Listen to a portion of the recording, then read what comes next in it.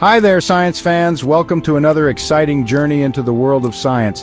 Have you ever stopped to think about how we hear all the amazing sounds around us? From the gentle rustling of leaves to the loud honking of car horns, our world is filled with a symphony of sounds. Sound is all about vibrations, which are tiny, fast movements back and forth. Imagine plucking a guitar string or striking a tuning fork. These actions create vibrations that we can hear. When something vibrates, it makes the air around it vibrate too. This is why you can feel the vibrations of a loudspeaker if you place your hand on it while it's playing music. These vibrations travel through the air in waves, kind of like waves in the ocean. Just as ocean waves move water, sound waves move air particles. These sound waves travel to our ears, where they make our eardrums vibrate. The eardrum is a thin membrane that picks up these vibrations and sends them deeper into the ear. Our brains then interpret these vibrations as sounds, and that's how we hear. Isn't that amazing? The brain is like a supercomputer that decodes these vibrations into meaningful sounds. Everything from the chirping of birds to the roar of a rocket starts with vibrations. So next time you hear a sound, remember the incredible journey it took to reach your ears.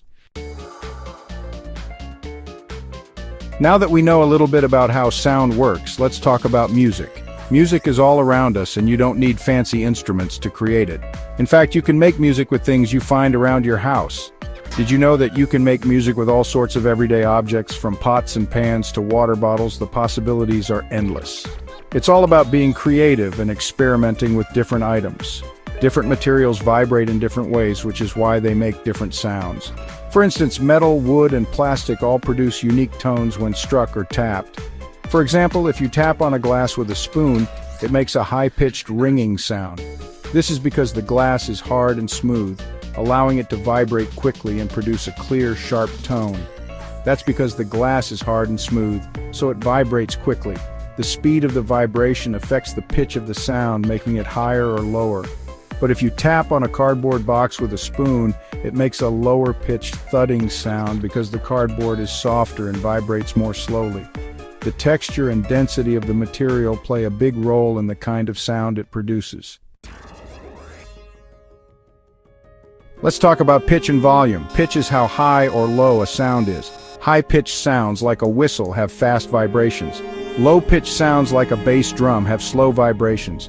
You can change the pitch of some objects by changing their size or shape. Volume is how loud or quiet a sound is. Loud sounds like a shout have big vibrations. Quiet sounds, like a whisper, have small vibrations.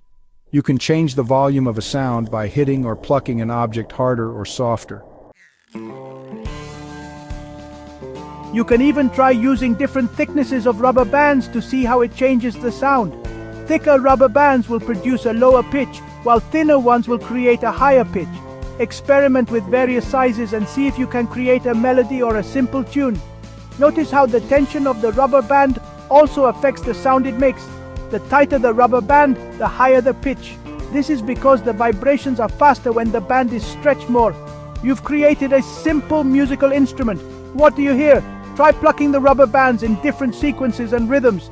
Can you make a song? Listen carefully to the different sounds and think about why they might be different. This is a great way to understand the basics of sound waves and vibrations. Now, pluck the rubber band with your finger.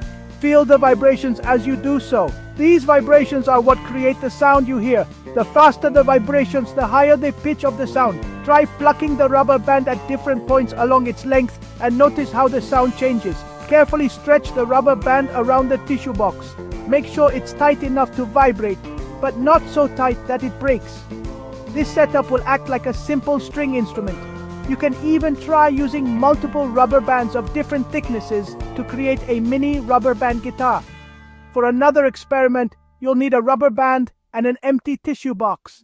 This time, let's see how the shape and size of the box affect the sound. Try using different boxes and compare the sounds they produce. Does a larger box make a different sound than a smaller one? That's because the water changes how the glass vibrates. When you add water to the glass, it changes the mass and the way the glass vibrates, which in turn changes the pitch of the sound. The more water you add, the lower the pitch will be. The glass with water will have a lower pitch than the empty glass. Try filling several glasses with different amounts of water and tapping them with a spoon. Can you create a scale or even play a simple song?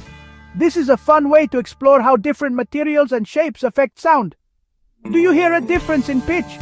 Listen closely and see if you can identify which glass has the highest pitch and which has the lowest. This is a great way to train your ear and understand the relationship between vibration and sound. Now gently tap each glass with the spoon. Notice how the sound changes depending on how much water is in each glass. This is because the water changes the way the glass vibrates. Try tapping the glasses in different sequences to create your own musical composition. Fill one glass halfway with water and leave the other glass empty. This will help you see the difference in pitch more clearly. The empty glass will have a higher pitch because it vibrates faster. The glass with water will have a lower pitch because the water slows down the vibrations. For the first experiment, you'll need 2 glasses, water, and a spoon. This simple setup will help you explore the basics of sound and vibration. Make sure to use glasses that are the same size and shape for the best results. Let's try some experiments to explore the science of sound. These activities are not only fun, but also educational. They help you understand how sound is produced and how different factors can change the sound we hear. Ready for some hands-on science fun? Gather your materials and let's get started. These experiments are a great way to learn about the fascinating world of sound and vibrations. Enjoy your scientific exploration.